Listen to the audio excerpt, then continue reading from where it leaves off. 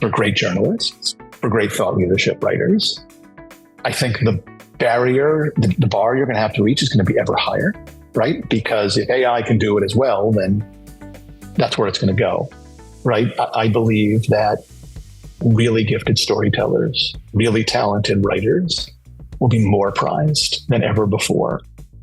Our 35th Everything Thought Leadership interview is with Paul Michelman of the Boston Consulting Group, the $12 billion revenue global management consulting firm that we have interviewed before. Paul has been editor-in-chief of BCG since 2021, and he's been a key driver behind the firm's use of generative AI in thought leadership. The first thing that Paul and I talked about was his 30-year career in thought leadership, a career that began at MIT's business school, the Sloan School of Management. However, most of our conversation was about an AI content lab that Paul runs at BCG that produced a conversational agent called Gene. Gene has sat in on interviews at BCG's Imagine This podcast and also weighed in on questions that Paul and others have asked Gene in these conversations. Paul also talked about another AI tool that's been in the works, which they call Scribe, the content development platform that looks like it could revolutionize the way BCG consultants, researchers, and editors work together in creating leading-edge ideas and bringing them to market much faster. Paul believes it could profoundly change the role of thought leadership professionals in content creation, something he termed as both exciting and scary.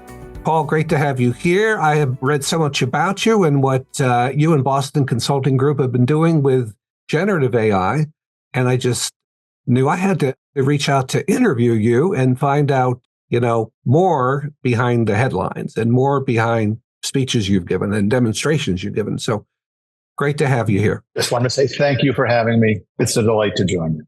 I feel like we're members of a small tribe. I mean, I think you saw that in New York City at the iResearch Services event. It's a small tribe, and we had that tribe for 6 years in our thought leadership conferences.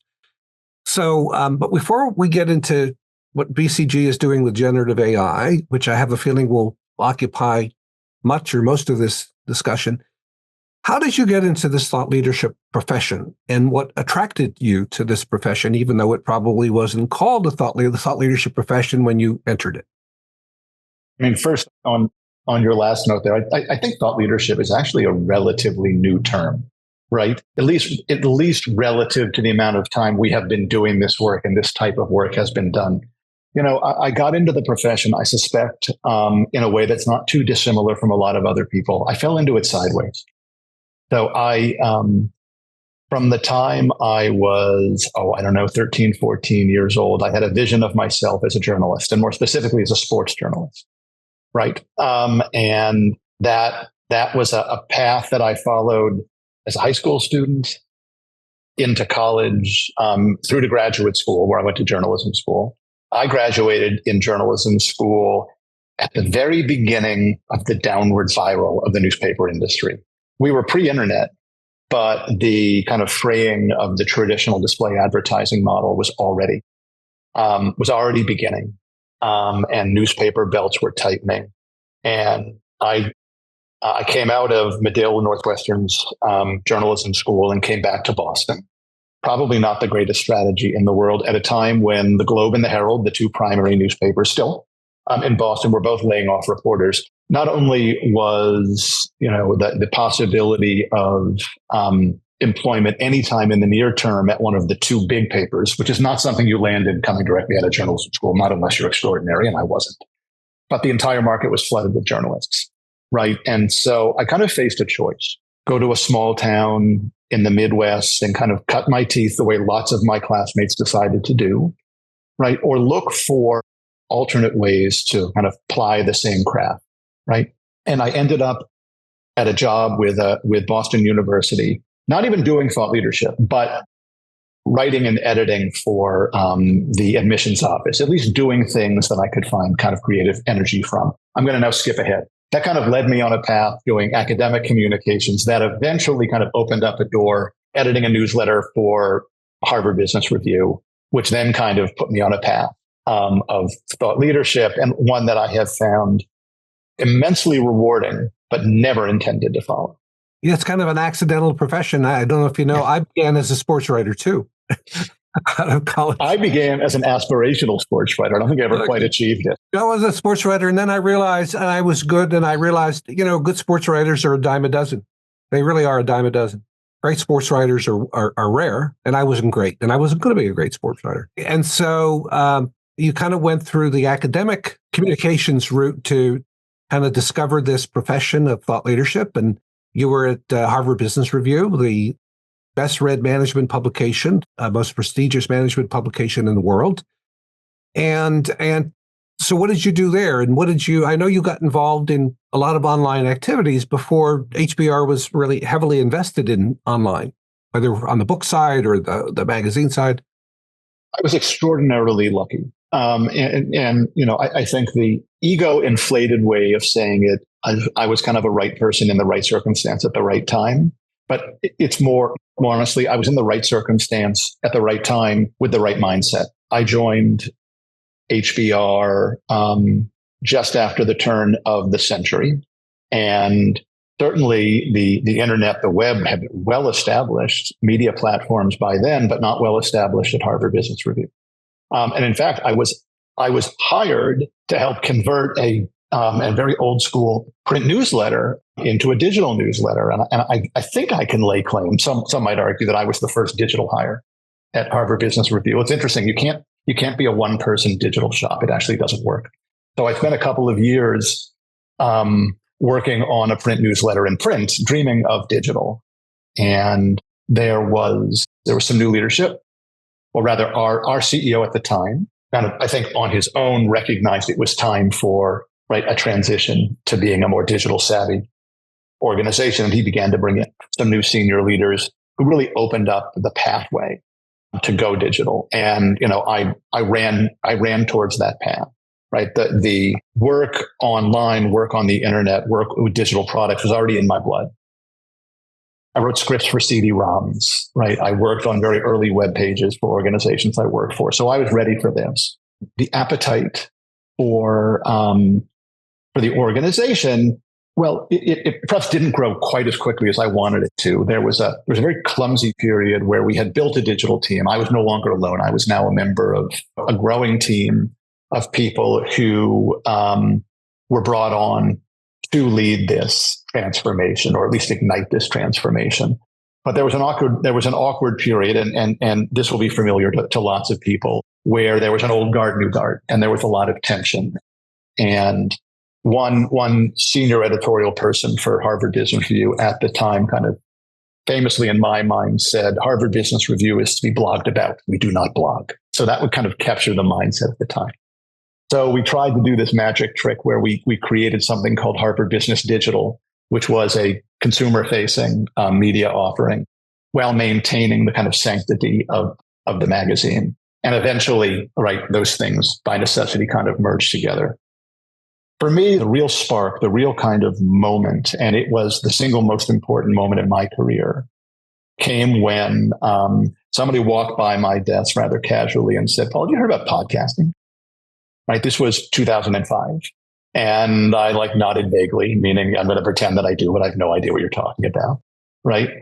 And they said, you should kind of look into that. That might be interesting for us. Right. And so I looked into it and thought, well, this is really interesting for us. And launched Harvard Business Review's first podcast, the HBR IdeaCast, which is still going very, very strong, thanks to the work of people who took this from me and built it, but launched that in 2005.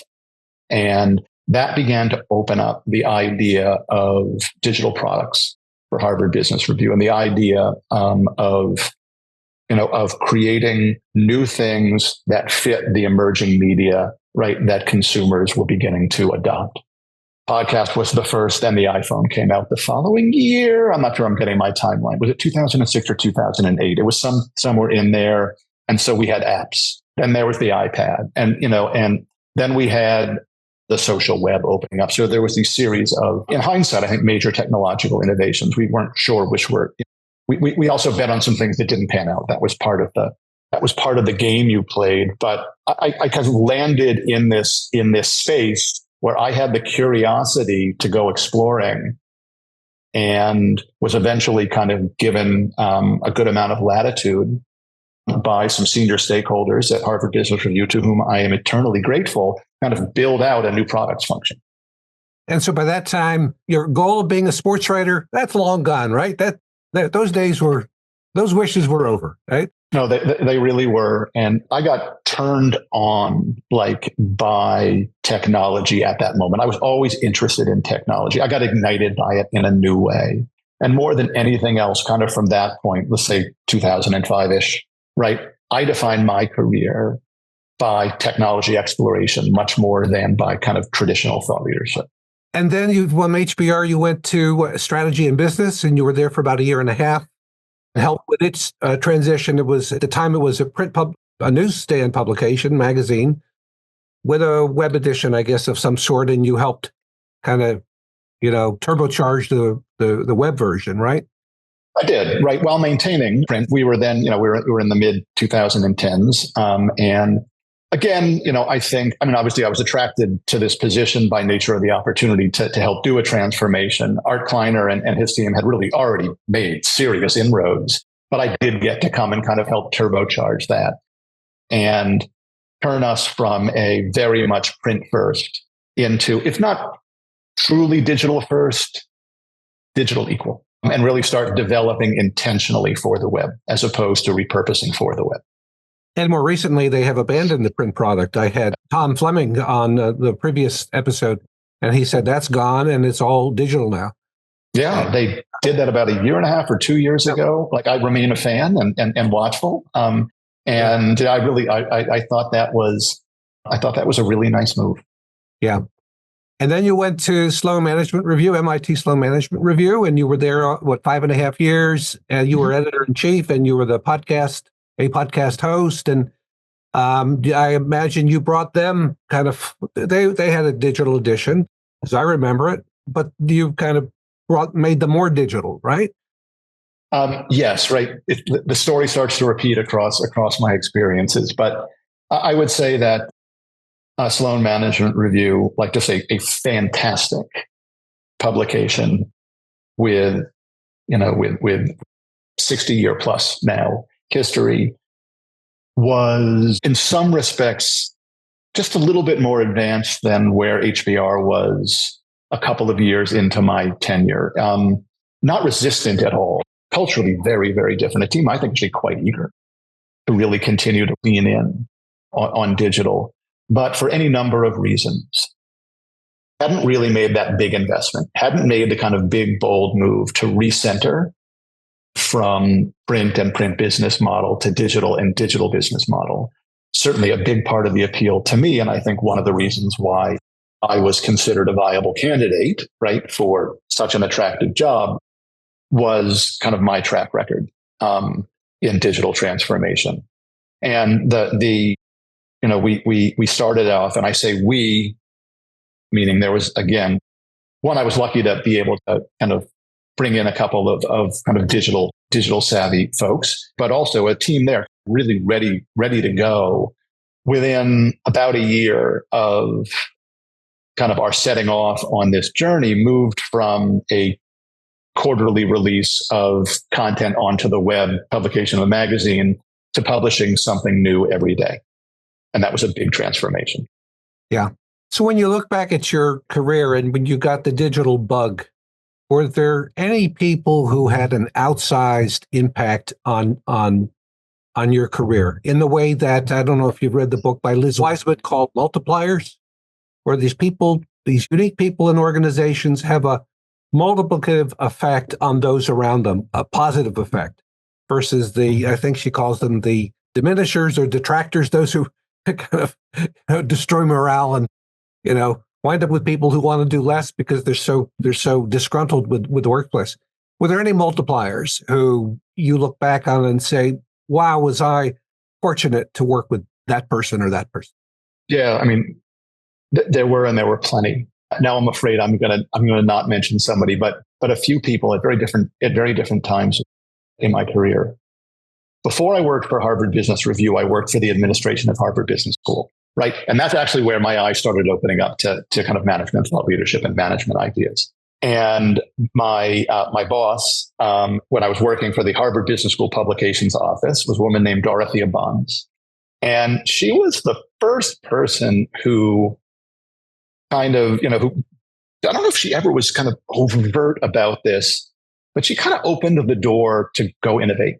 And some of that is time in your career when you're beginning to kind of have the self-confidence, right? And to want to kind of push the envelope. But she kind of really opened my eyes to the idea that, the world's kind of out there for your taking. You have to go define it, right? And she gave me space to do that. Didn't necessarily result in anything in like some specific great product breakthrough, although we did some really innovative and interesting things. But it was a mindset, right? I think at HBR, which was the formative experience for me professionally, right?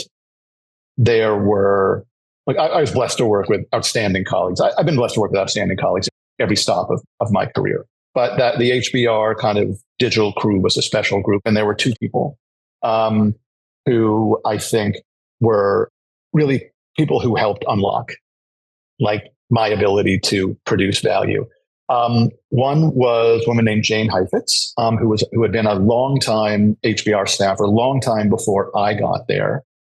And she joined kind of the digital operation from the legacy part of the organization, was one of the first people to really kind of see it, do it, and run with it. I think she's an innovator at heart, and she always had been, right? But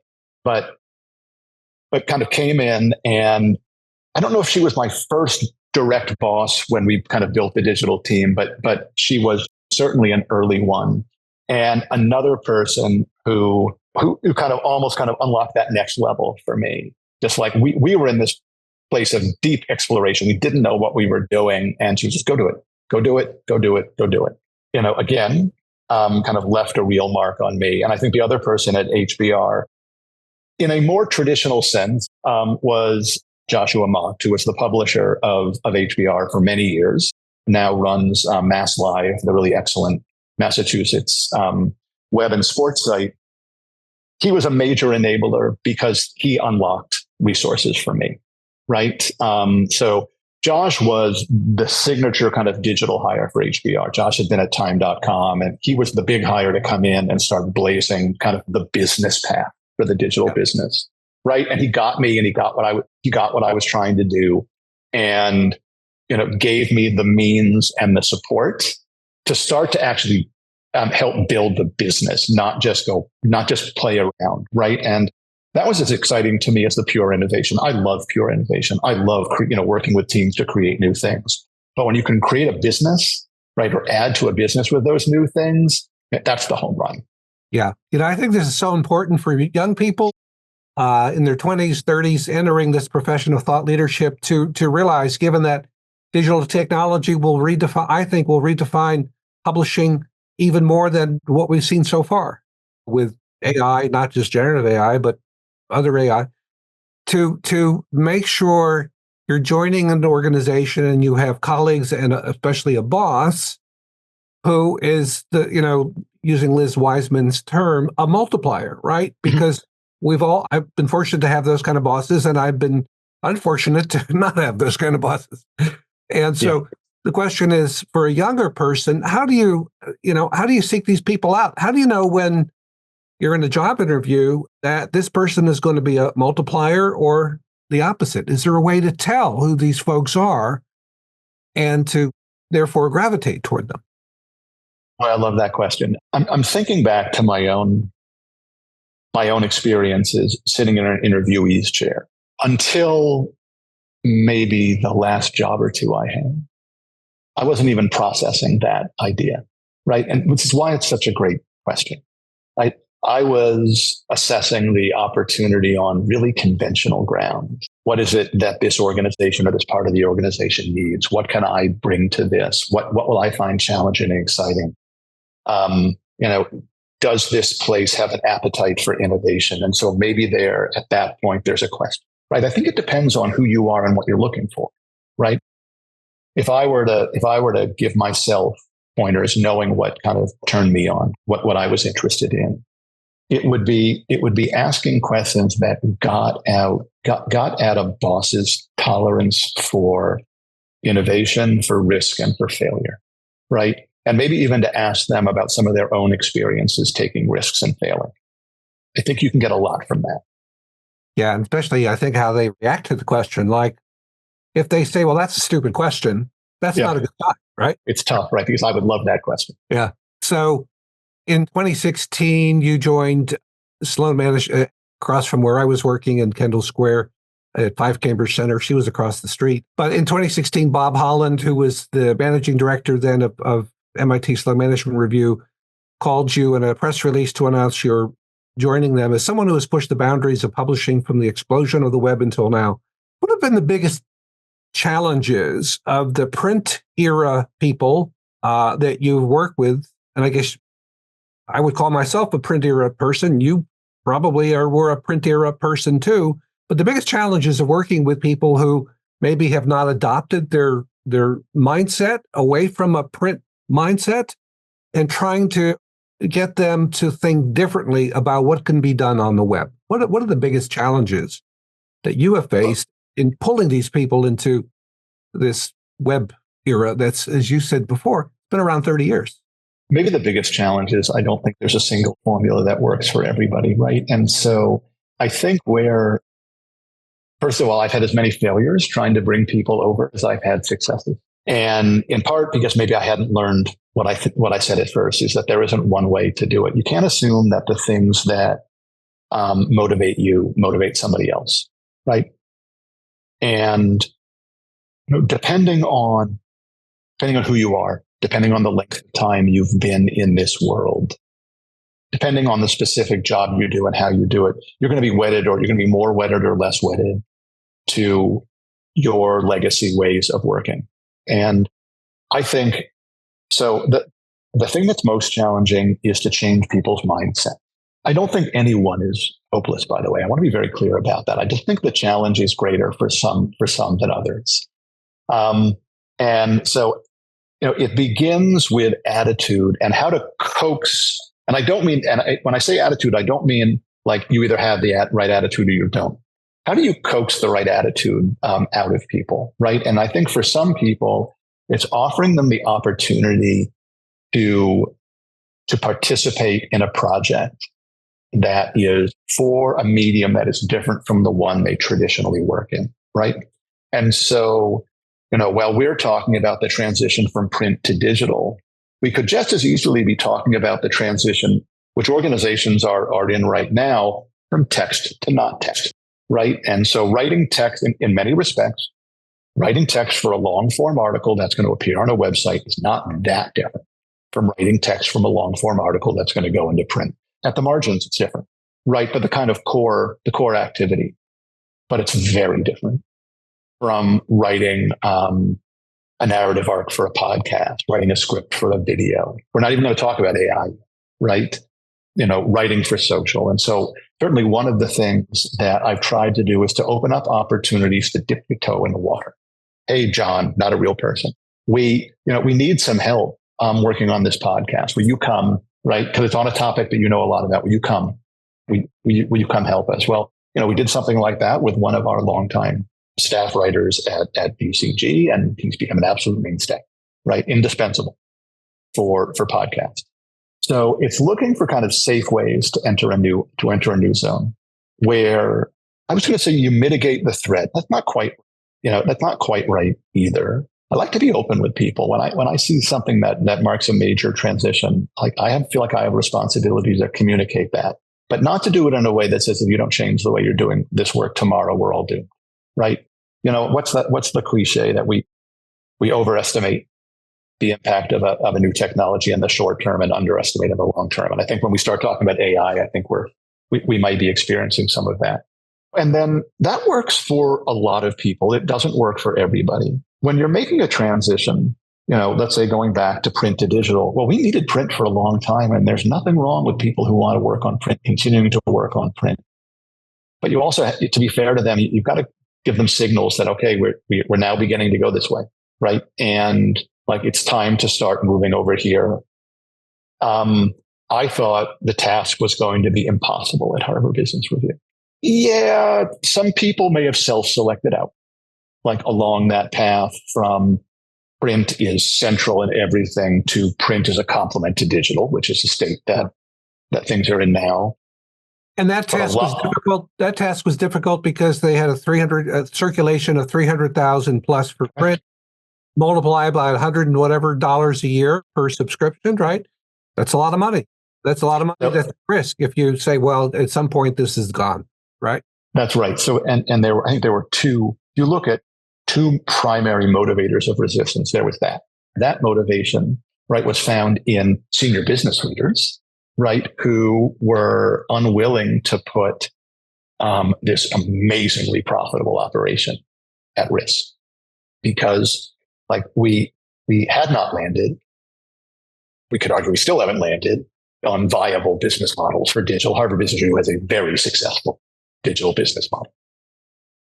And then there was the kind of more editorial band where senior editors at HBR didn't really care about the business model insofar, unless it was beginning to threaten their livelihood. They cared about excellence in thought leadership and what their definition of how to create that was, right? And that's a different kind of, a different type of resistance manifest there.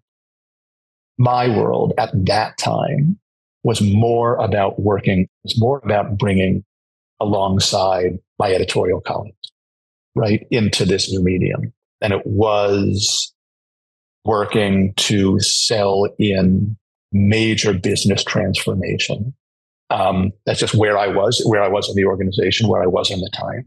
I learned a lot by observing, and I was able to leverage that when I landed at Sloan Management Review, where, I worked alongside Bob and others, right, in making the case to the school to invest, to put us into an investment mode from a profitability mode, right? It wasn't that hard a case to make. I think they were ready for it. It's MIT. They believe in innovation. But I had learned a lot from that previous experience. And I realized I'm not really answering your question any longer. No, this is good. Even though, 30 years plus since the first web browser, many of us still continue to think with the print mindset that we don't even realize is there in place. It's like not too many stories. We can't have too many articles, even if they're all good. We can't have too many, and that's a mindset from the print era, which is there's only so much space to fill, and even good articles would have to wait or be killed because there's just not enough space. Very true.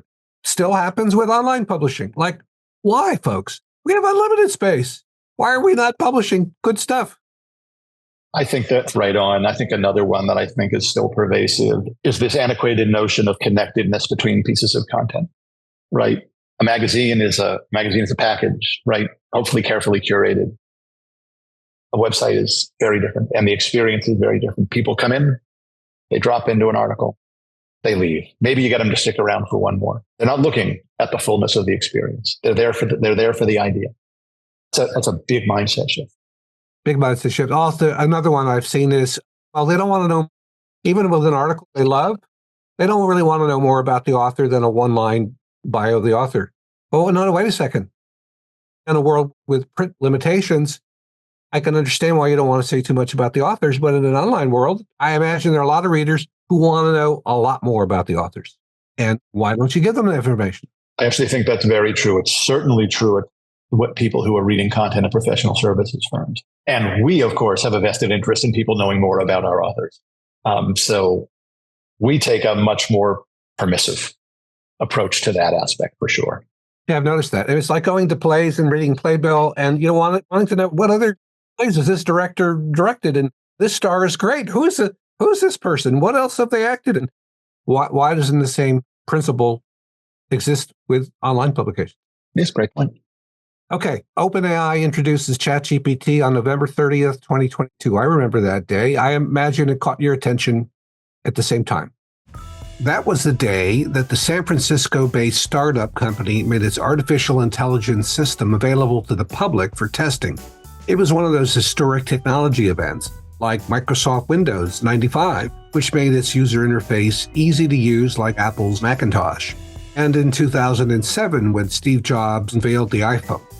2 months after OpenAI unveiled ChatGPT, some 13 million people were using it every day. That made it the tech industry's fastest growing consumer software application, according to the securities firm UBS. By this year, 2024, some reports have estimated that ChatGPT had 200 million users. Yeah, what was it?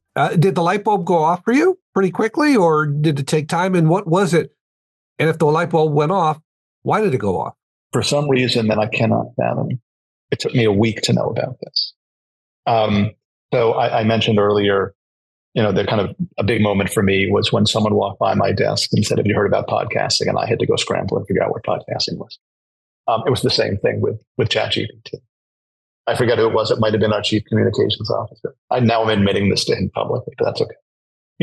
Kind of pinged me and said, "So what should we be doing with ChatGPT?" I don't know if it was a week, but it was several days after the announcement. Like literally, it's almost impossible to fathom how this happened, especially with my interest in tech, but it kind of zinged by. And then I was in, right? And then I was hooked. To me, it was very much like the first time I opened a Netscape browser, right? You mentioned earlier, 30 years since that. And it was just one of those zing moments, like, oh my God. Right. And of course, I was aware of AI's capability like this, but I had never, just like everyone else, we'd never seen it. We'd never experienced it unless you were really in tech. Suddenly this tool was democratized, right? It was the Netscape moment, right? For AI. And within a day, I was posting LinkedIn posts, like written by ChatGPT, like first I was asking it to write limericks about BCG content. Just doing all those silly things that we all did at the very beginning because it was just so much fun to see what you could get this thing to do. But it took a while. It took a while, relatively speaking, right? Because things move so quickly today. But it took a while for me, for kind of my team at BCG to start figuring out, what is this thing to us, right? What is this thing to us today? I think from the beginning, you kind of got, okay, this thing's going to develop in a way that, maybe it's going to start threatening the primacy of human beings in content creation. But we're still speculating about that, right? Is there a fear that it could not just replace writers, people in thought leadership function, but also consultants? Like clients would just tap in their questions and they wouldn't need BCG or McKinsey or Bain was that fear going around in some parts? So I can't speak to that because it's not my part of the world. But, I think it's fair to say that very serious and deep conversations about what this technology would mean to the profession were ongoing, honestly, before ChatGPT and accelerated greatly, right? I mean, I think that's quite safe, right? And, I think across BCG, the real ethos is to lean into this technology, experiment with it, start building with it, and let's chart our own course for how this affects us, right, across the organization. In 2023, BCG announced that it was working with ChatGPT's developer, OpenAI, to establish a Center for the Responsible Use of Generative AI Technology. And that would happen within a business unit of BCG called BCGX. BCGX has about 3,000 BCG employees, including scientists, technologists, computer programmers, and designers who are there to help BCG improve the way it uses generative AI technology. Then in early 2024, BCG released the findings of a survey of 1,400 executives about how their companies were using generative AI technology. That's certainly the ethos that I began preaching about 6 months in. When it was very clear that this was big in a minute, right? But, as time passed, as more of us started playing with ChatGPT, really important moment for BCG is when we got a very early enterprise license with OpenAI that every person in the company, right, has access to.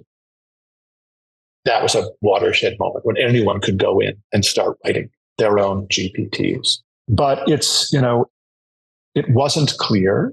Like now we've begun to kind of track for now, because that track's going to widen, it's going to curve, it's going to change. Like on developing with ChatGPT with AI tools in ways where, we think we are well, we're already making and will continue to make kind of a material impact on our business. But it's been, kind of had that first zing of, oh my God, this is amazing. You go for 6-9 months, get access to custom GPTs, kind of the next surge, and then for us, it was then beginning to kind of understand across 2 dimensions, like how we might be able to harness AI, Gen AI for the longer term. And one was fairly obvious, and I think every organization is pursuing it, a tool of productivity, efficiency, and consistency, right? But an interesting thing kind of happened for us.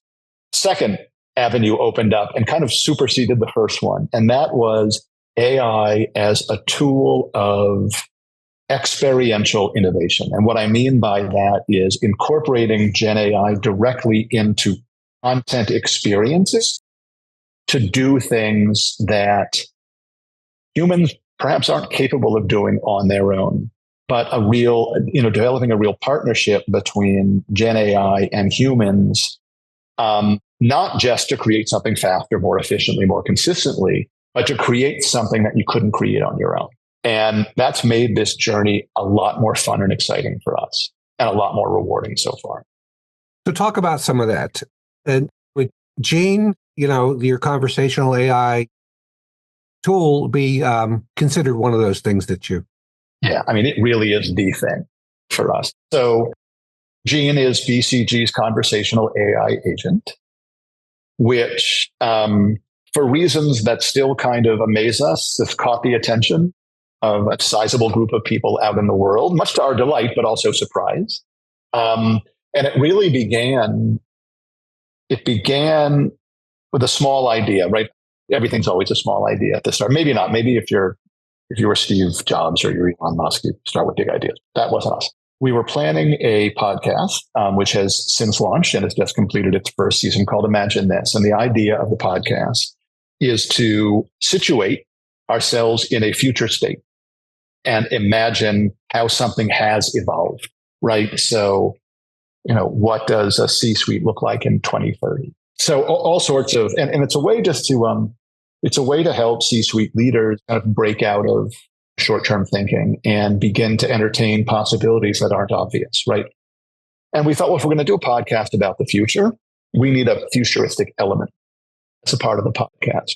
And so we started kind of brainstorming with elements that weren't at all futuristic, like I'm forgetting what they're called, but having a visual artist kind of draw the conversation on a board or something like that.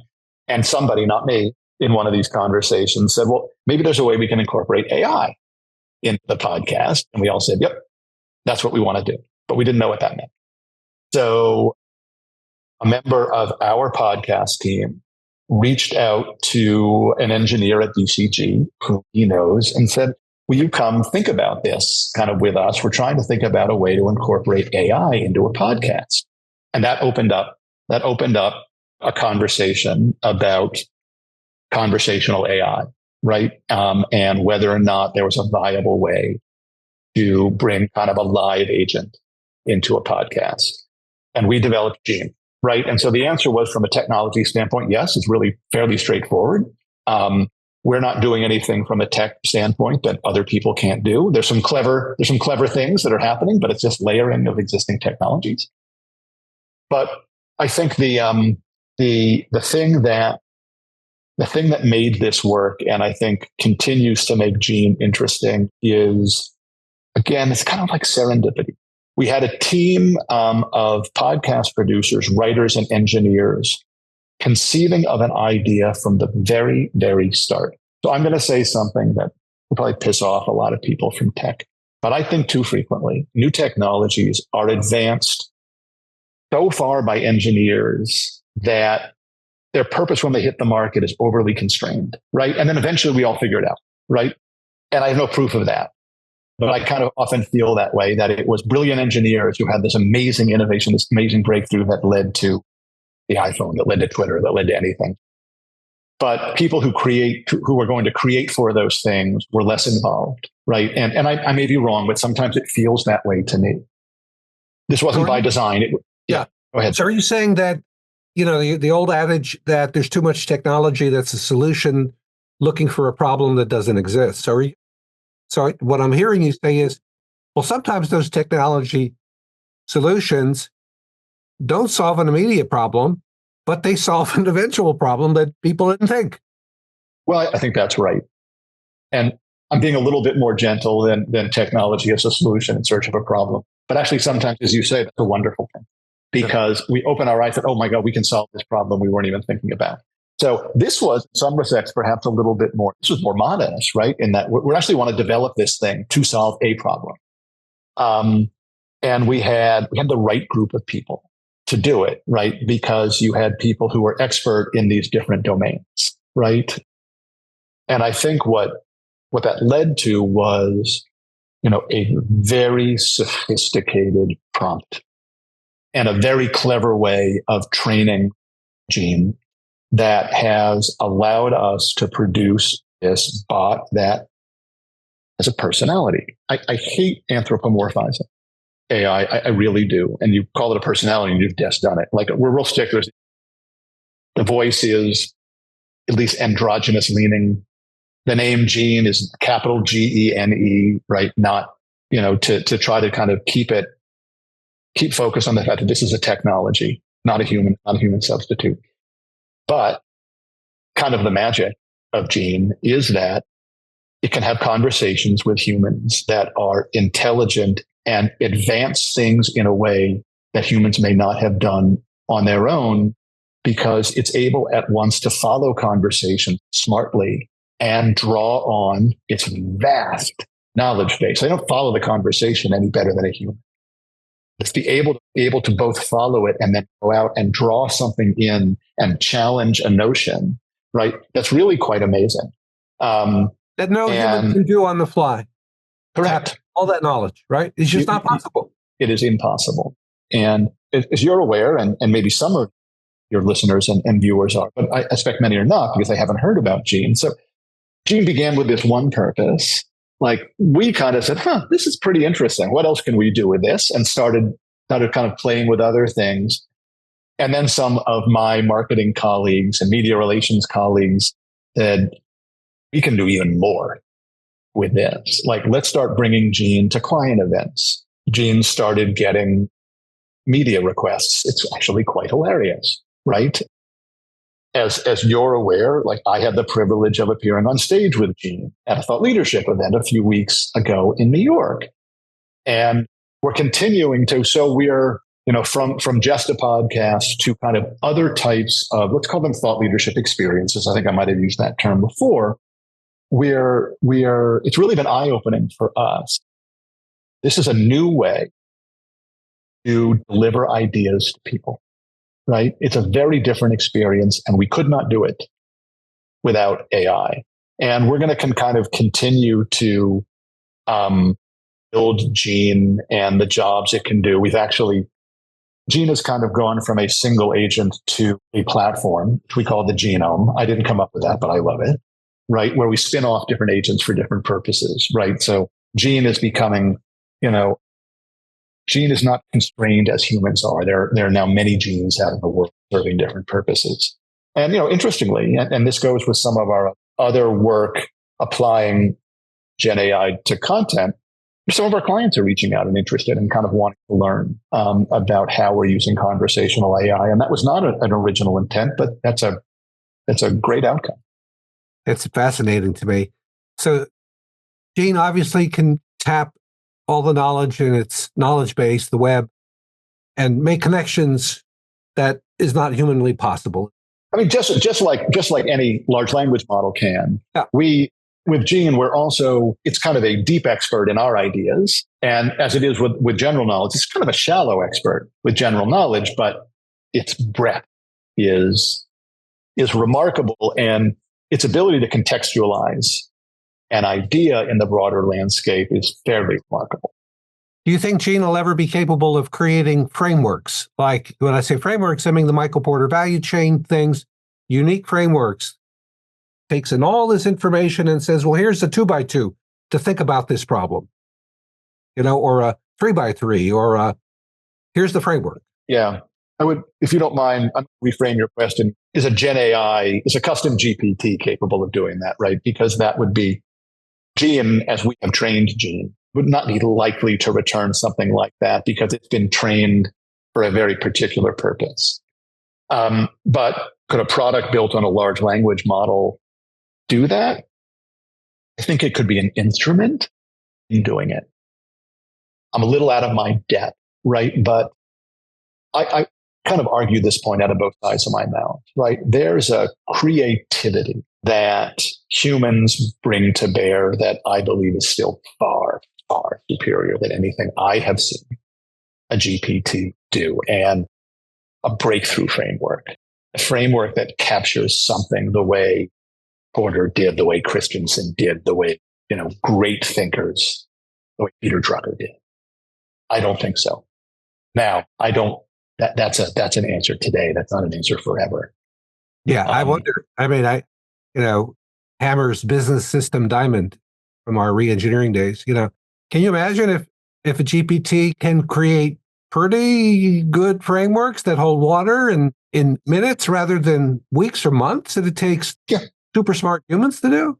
Well, I think we're going to learn a lot about that at BCG in the coming year as we work on kind of our second project, which is a platform called Scribe, which really is kind of leaning into that second, maybe first opportunity around productivity, efficiency, consistency. I'll back up and kind of explain what that is. Scribe is meant to be kind of an end-to-end content development platform customized for the type of work that BCG does, although potentially could be customized for other work as well. That goes from the kind of point of idea inception. So an author team, our authors tend to be our partners in their cases, right? Who have learned something important by some combination of client work and research, right? Who want to turn that into a piece of thought leadership. That's classic consulting firm thought leadership. And we're building out a tool that will begin with actually a Gene-like experience, sitting our authors down, feeding them all the raw materials they have, their decks, their data sets, and then having a structured conversation with a bot that builds out an outline or maybe more like a story plan, right? And so it's a type of framework, right? It's not what you're talking about, but we're going to be learning a lot about AI's ability to take a wide variety of inputs on a topic and make logical sense of them. Hopefully logical sense in a way that would be well structured for the audience we're trying to reach. Yeah, to structure a narrative, to structure a cohesive narrative. That's a problem in the world and a better way to solve. Yes, right. And we're fairly well down the development of that, and we have work to do, but there's real value to be created there, right? And then we'll bring that to me. And actually, that's the first thing we took on and the most exciting thing, because, and I'm sure this will resonate with lots of people, the early stages of creating thought leadership, the endless churn, the kind of spin is painful and time consuming.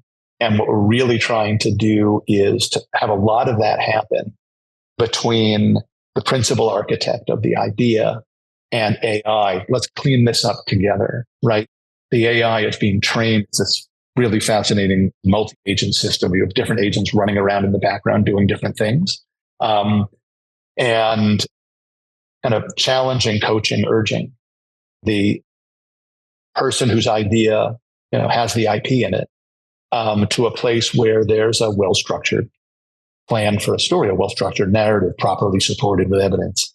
And bizarrely, part of at least my theory is that the author is going to be more respectful of the AI than they sometimes are of another human being who's challenging them. It won't be personal, for one thing. So in other words, the outline or whatever the output of this, it will look smart, but you really got to look at it closely to make sure the logic is there.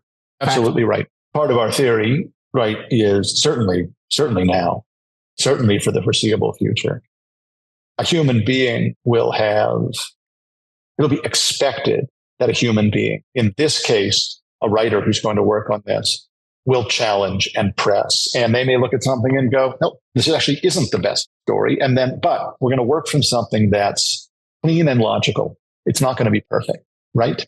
Clean and logical AI is really good. Creativity, like I think with the right sparks, yes, but we're not interested in total self-generating content. That's what differentiates a firm like BCG is the IP that we as humans, right, are driving. But AI can be such a powerful tool in doing that well and doing it quickly and doing it consistently. And so I won't go into too much more detail about Scribe, but the tool will do the jobs that you would imagine from that point forward, serve as an enabler, an assistant to a human writer, to a human editor, right? Accelerate the creation of ancillaries and offshoots, translation, localization, social media output, all of those things. And we're going to build this out over the next year. Yeah. And it's a pretty exciting prospect. And, in its own way, like, I don't think it threatens human beings, but it threatens the way human beings do their jobs. Absolutely. Absolutely. It also increases the amount of quantity and quality of content that can be generated. I mean, I could see the whole thing being done by a GPT, like being fed all the material that some consultants give it, or lawyers, or whatever, accountants, or whatever firm you're, architects. Here's the structure, here's the outline. The consultants or architects or accountants or lawyers say, this is pretty good, this is wrong, I'm going to change this. We have a better example. ChatGPT, go find a better example. I think Pfizer's a better example, or Dow Chemical, or whatever. Comes back, okay, great, better example. Then GPT's being told, all right, give us 4,000 words, as the Wall Street Journal might write this, or HBR might write this, in that kind of tone. I could see the whole thing, if the quality is good, being done by a machine. If we did that today, the quality wouldn't be there. I mean, that's my assessment, right? And also there would be, first of all, we wouldn't trust it. Although, hallucinations are becoming much less frequent, right? Which is great. And they will continue to be, but contextualization mistakes are not infrequent. So not factually wrong, but not kind of. But you just need an editor to fact check. Well, you do. Yes. So I'm not like, I don't disagree with you that like that future state is a possibility and a probability. I think what I'm confident in saying is, and I'm now echoing a point you just made, humans will play critical roles, right, in this process. And that's what I meant by I don't think Gen AI threatens the role of humans in content creation, in thought leadership, really in any form of content creation. I think it will profoundly change our roles. And that's an exciting and scary prospect. So is it too early to see the skills that ghostwriters, editors, graphic artists, framework makers, and others better get much better at or develop from scratch if it plays out the way we're kind of suggesting?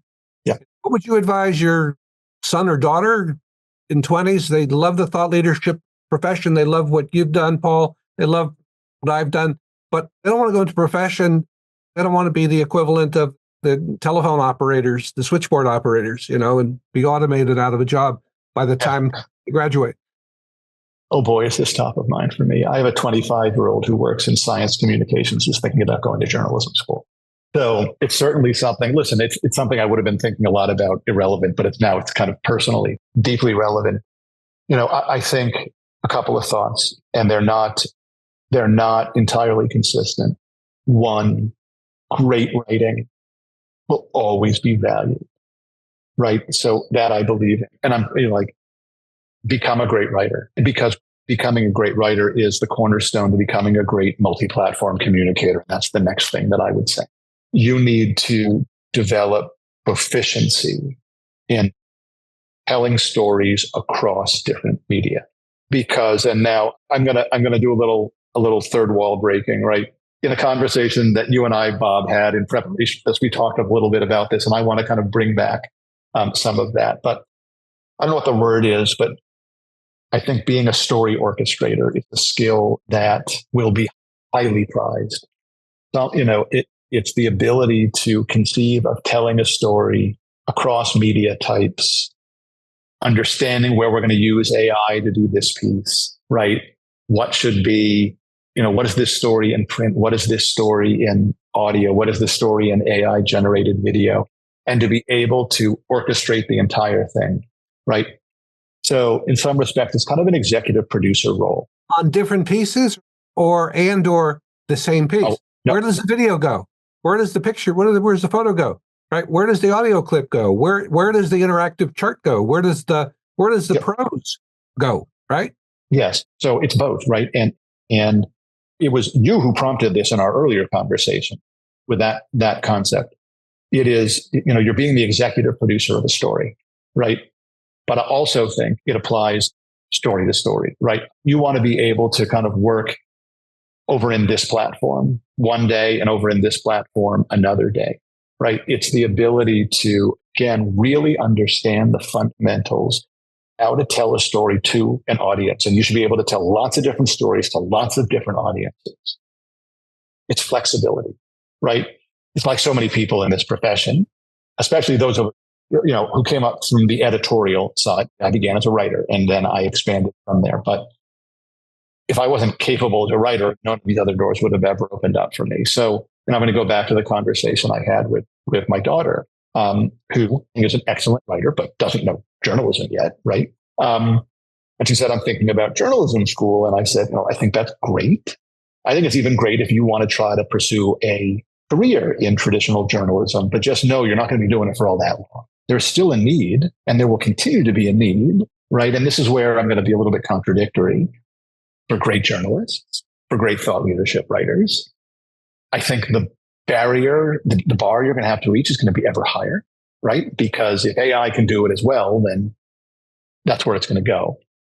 I believe that really gifted storytellers, really talented writers will be more prized than ever before. I'm not sure they will be employed doing that job at the same volume they are today. So then what does that mean? One is simply learning how to work alongside AI, right? So we're going to learn a lot at BCG as we develop our Scribe platform. And we try to find that right balance of an AI assistant that lets writers make their own decisions. But you've got another input here. You've got something suggesting. And by the way, that's where we're beginning. Our appetite perhaps to open this up to people who aren't writers, right, will probably grow, and then we'll ask that tool to do more heavy lifting. But I think demonstrating the ability as a writer, as an editor, by the way, as an audio producer, as a video producer, to work alongside AI is just no downside. Investing in learning how to do that, in doing it. And I think it will be an expected capability pretty soon. But, maybe the characteristic, the skill, most of all, this curiosity and willingness, you will be expected to be able to be a good prompt writer. That's going to be like speaking English. I'm sure there probably actually is some good kind of coursework out there from experts. Like, I personally don't think there's anything better than doing it and keep doing it and keep doing it, right? I mean, that's how you become a great writer, is right. Get really good feedback from really great people and write. And so to me, prompt writing is one of those things. It's not going to be I expect that this kind of great democratization that ChatGPT gave us, right? And that OpenAI and others are now giving us to write our own GPTs. Amazing and a wonderful thing. But my guess is that there'll be some consolidation of people who are investing professionally in becoming expert prompt writers will probably lead the way. And the rest of us will be working on things to help manage our calendar. Actually, that's a pretty sophisticated thing. But there's a future there for sure. But even if you have no professional interest in becoming a professional prompt writer, get in there and do it, because that's how you understand what the technology is capable of. And hopefully that really sparks your own kind of curiosity to want to learn more and to lean forward into this and lean back. I was thinking, if you'll indulge me for a second, I was thinking about a conversation I had with a writer on our team who has retirement kind of in in their sights at some point in the future. And we were talking about Gen AI, and in a moment of real honesty that I appreciated, this person said to me, I'm doing this calculus. How long do I have versus how long will it be before this thing threatens me, replaces me, or just makes me do something differently? And I gently said, I'm not sure that's the best attitude, but I also wasn't really taking that person to task. I kind of appreciated that. And I think that's for those of us who are in the last quartile, right, or whatever that is of our careers, it's not a ridiculous way of looking at things, but I can get a little soapboxy. But like on something like this, which really is transformative, it's transformative the way the internet was, if not more, right? You can drive or you can be a passenger, right? You're driving, you're still on somebody else's roads and you don't have infinite choice where you're going, but you have some control over the destination, right? At least how you get to the destination. If you're a passenger, you're at the whim of somebody else. And I don't think you're going to like the results nearly as much if you weren't steering. It's the words of Alan Kay, who worked at Xerox PARC and was responsible for many of the inventions that showed up in the first Apple and PCs. He said the best way to predict the future is to invent it. Amen. That's beautiful. Well, Paul, this has been great, and I want to check back with you when Scribe is fully ready for industrial use. Maybe I'll feed some outline. I'll give you some material, Paul, and we'll do it live, Zoom or whatever, or record it on Zoom. Paul, here's the material to feed into Scribe or Gene, and let's look at the articles. That would take me or my colleagues months to produce, working with a client. Let's see what results. I have a feeling that would be eye-opening. I hope it will be. I hope that time isn't too far out in the future, and let's plan on it. Wow, do I wish I was 25 years old and just entering this thought leadership profession. You might think I'm crazy, hey, Bob, AI is going to kill our jobs, but I don't think it will. I think it will force all of us to increase our value to the experts and the companies whose ideas we're asked to communicate. And simply communicating their ideas will not be enough. We're going to have to help them develop their ideas, to push their thinking hard, to gather more data to support their ideas so that they have something very new to say about how to solve some problem in the world and the evidence that proves their solution actually works.